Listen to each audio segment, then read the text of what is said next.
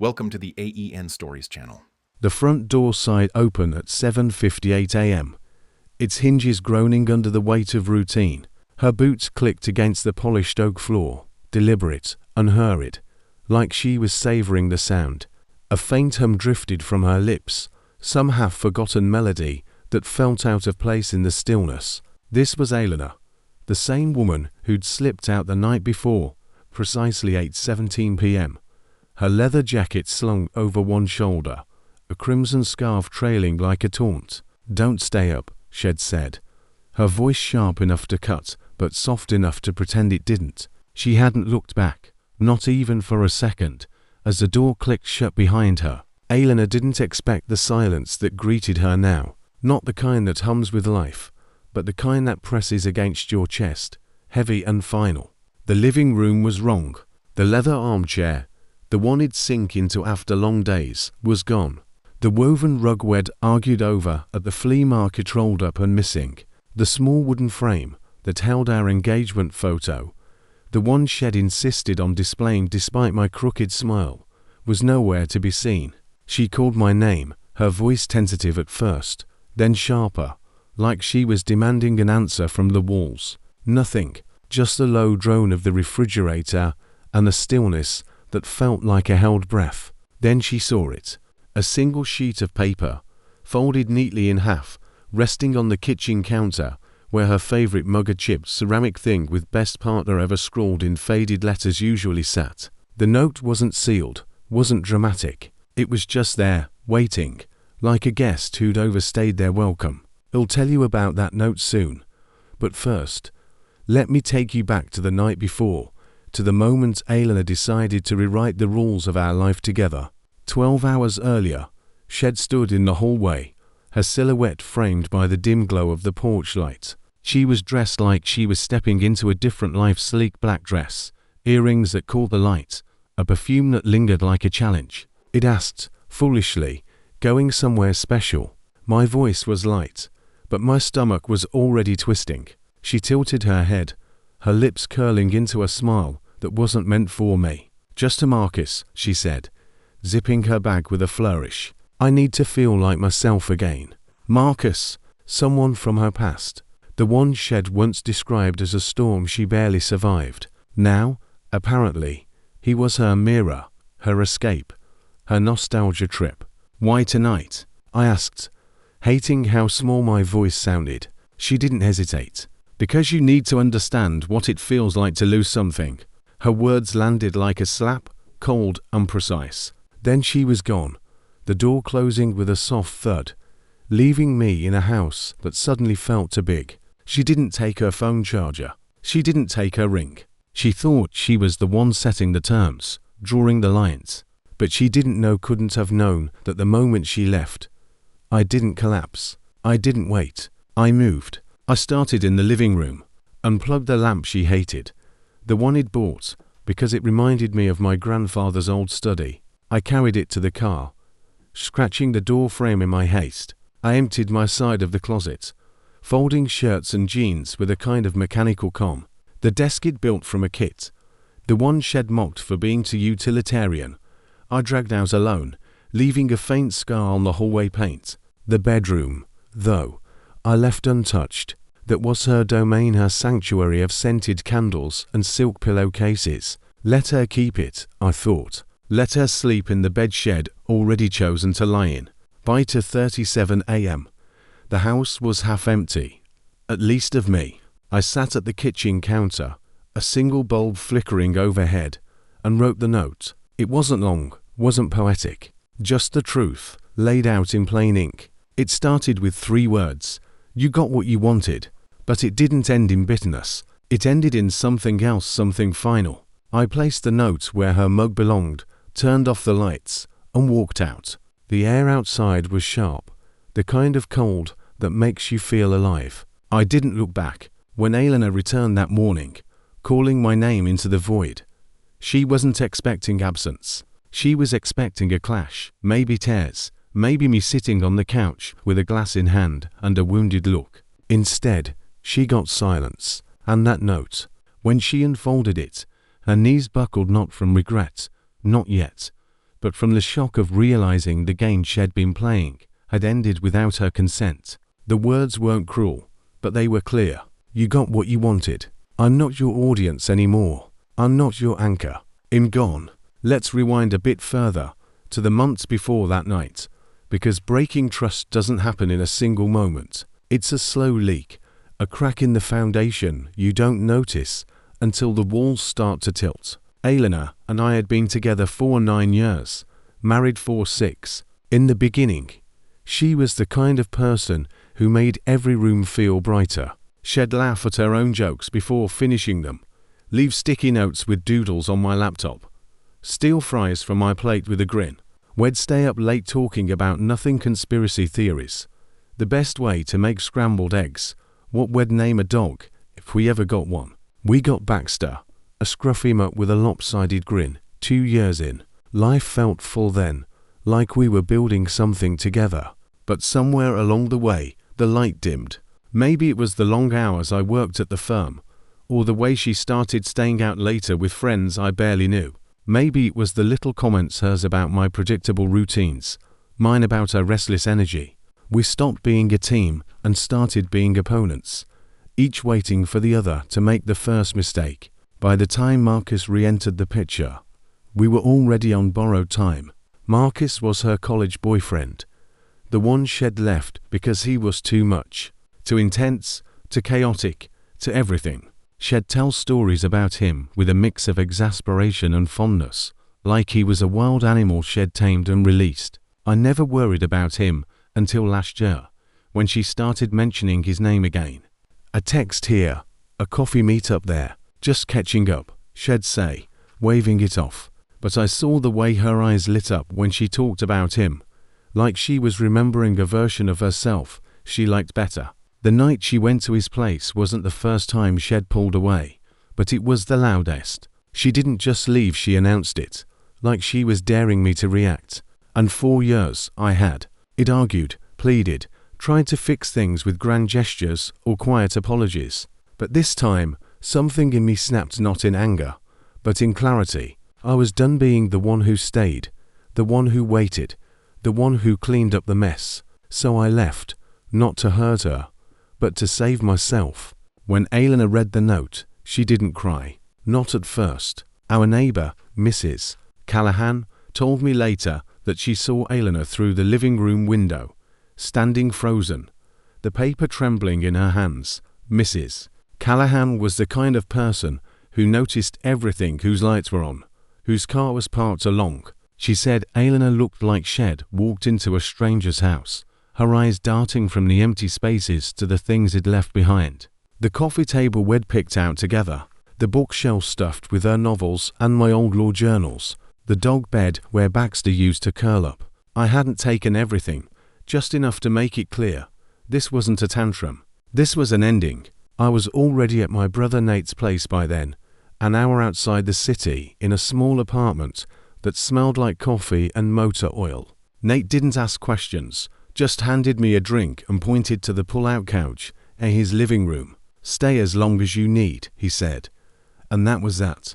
We spent the night playing cards, the TV muttering in the background, and for the first time in months, I didn't feel like I was holding my breath. Elena didn't reach out for 2 days. Not a call, not a text, nothing. I wasn't surprised. Her silence was always a weapon, a way to make me come crawling back. But this time, I didn't. On the 3rd day, my phone buzzed with a message. "So this is how you do things now." No greeting, no apology, just accusation. I stared at it for a long time, my thumb hovering over the keyboard. I wanted to write something sharp, something that would make her feel the weight of what she'd done. But I didn't. I set the phone down and went back to my book. The next message came that night, longer, softer, but still calculated. "I didn't mean for it to happen like this. I just needed space, okay? I didn't think you'd leave. Can we talk?" I read it twice, then deleted it. Not because I was angry, but because I was tired. Tired of being the one who always bent, who always forgave, who always tried harder. She didn't want a conversation. She wanted control. And for the first time, I wasn't giving it to her. A week later, I got a call from Eleanor's cousin, Leela. We'd always gotten along. Though we rarely spoke directly, Eleanor liked to keep her family at arm's length from me. Leela's voice was hesitant, like she was stepping into a minefield. I saw her yesterday, she said. She's acting like everything's fine, but she's not. She's unraveling. I didn't say anything, just listened as Leela went on. She told me about Marcus, said she only went to his place to shake you up, to make you jealous. But she paused, and I could hear the weight of what was coming. She didn't sleep on the couch, Lucas. She didn't come home until dawn, because she didn't want to. She's too proud to admit she crossed a line.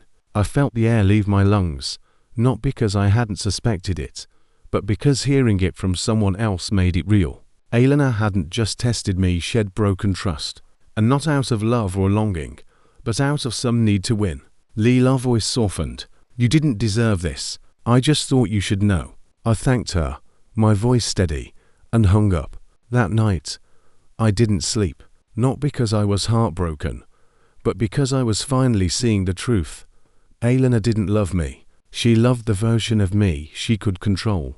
The rain came a few days later, a soft, steady drizzle that turned the world grey. I was at Nate's, Baxter sprawled across the couch, when I heard the knock.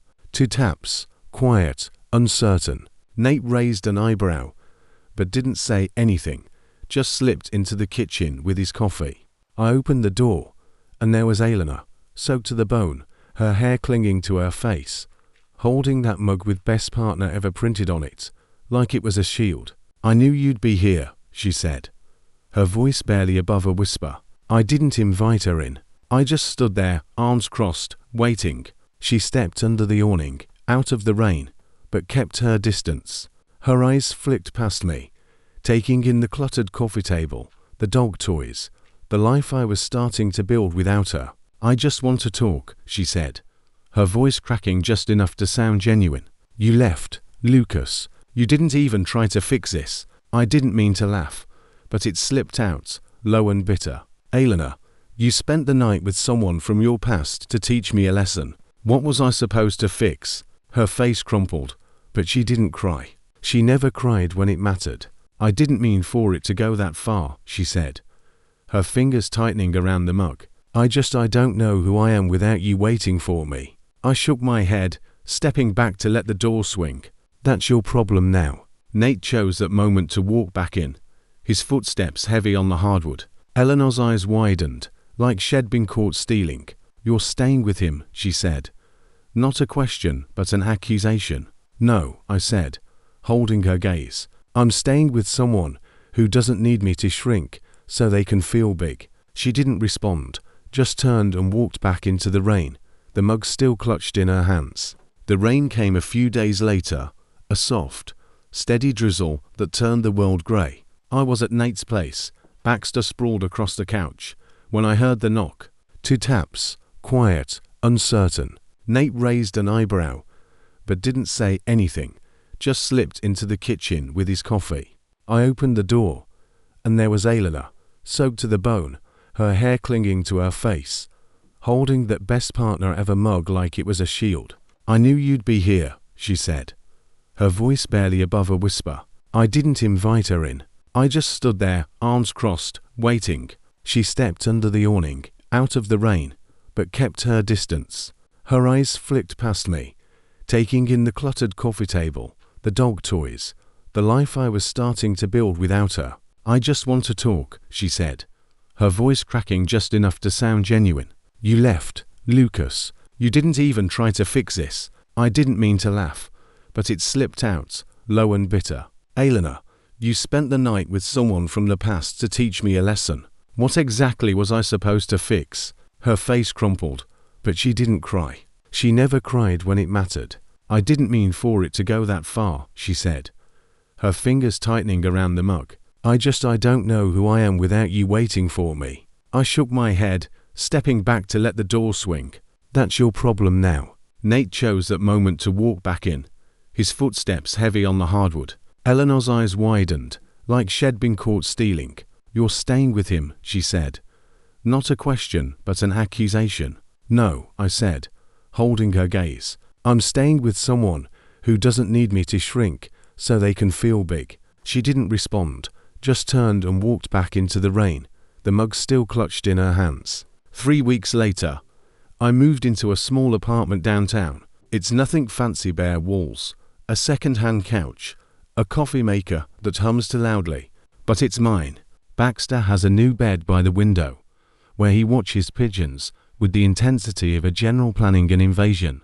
I've started running again, something I hadn't done since college. I've been sketching, too, filling notebooks with half-finished ideas that don't have to mean anything to anyone but me. Leela texted me again last week. She's asking about you. Not directly, but she's fishing. I didn't ask for details. I didn't need them. Eleanor's still posting on social media carefully curated photos of her and Baxter. Captions about new beginnings and finding herself. I'm not in the story anymore, and that's okay. I'm not angry. I'm not even sad. I'm just free. Leaving wasn't about winning.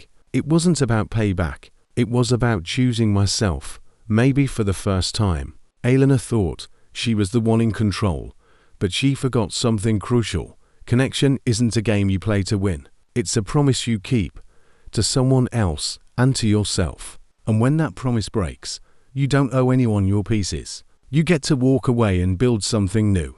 The weeks that followed were quieter than I expected, but not empty. I started noticing things I'd forgotten about myself. The way I hum off-key when in cooking. The way I linger in bookstores, running my fingers along the spines of novels I'll probably never read. The way Baxter's tail thumps against the floor when I grab his leash. These small moments, they were mine again. Not Eleanor's version of me. Not the man who stayed quiet to avoid her sharp tongue, but me. The guy who used to dream of opening a tiny coffee shop, who'd sketch cityscapes on napkins, who'd laugh at his own bad puns. One morning, about a month after he'd left, I found myself at a farmer's market near my new place. It was one of those crisp fall days where the air smells like apples and wood smoke. I was buying a loaf of sourdough when I saw her, Eleanor, across the market, holding a reusable tote and chatting with a vendor. She looked different, not happier, not sadder, just less like the woman who'd stood in my doorway clutching that mug. She was wearing a sweater I didn't recognize, her hair tied back in a loose braid. For a second, our eyes met. I braced myself for the familiar pull, the instinct to smooth things over, to make her feel better. But it didn't come. Instead, I just nodded, a small acknowledgement, and turned back to the baker. She didn't approach me, and I didn't expect her to. Later that day, Leela called again. She saw you at the market, she said, her voice careful. She didn't know what to do. Said you looked okay, like you didn't need her. I didn't know how to respond to that, so I just said, I hope she's okay too. And I meant it. Not because I wanted her back, but because I didn't want to carry the weight of her pain anymore. A few days later, I got an unexpected package in the mail. No return address, just a small cardboard box with my name scrawled in black marker. Inside was my old sketchbook, the one he'd left in the attic, alongside a box of college keepsakes. There was no note, no explanation, but I knew it was from Eleanor. I flipped through the pages, doodles of buildings, half-finished portraits, a cartoonish dog that looked a lot like Baxter. On the last page, in her handwriting, was a single sentence, I kept this because I thought you'd come back for it. I closed the book and set it on the shelf, next to my new ones. It wasn't an apology, but it was something. A gesture, maybe, or a goodbye. I started going to a local art class on Wednesday nights. A small group of people who didn't care if my lines were shaky or my proportions off. It was there I met Clara, a woman with a laugh like wind chimes and a habit of smudging charcoal on her cheek. We didn't talk about Eleanor or Marcus or the past. We talked about brushstrokes, coffee, and the way Baxter tried to steal her sandwich when she came over to sketch one evening. It wasn't love, not yet, but it was easy. And after years of navigating Eleanor's storms, easy felt like a miracle. Sometimes, late at night, I think about the letter I left. I don't regret it, but I wonder if Eleanor kept it, if she reads it when she's alone. I wonder if she understands now that trust isn't a test you pass by enduring hurt. It's a choice, every day, to see someone and let them see you. I chose her 4 years, but she stopped choosing me long before Marcus. And that's okay, because in walking away, I chose myself. And that's the kind of love that doesn't fade. If you've ever walked away from something that broke you, or found strength in letting go, I'd love to hear about it. What was the moment that made you realize you were enough? Let's talk about the times we chose ourselves.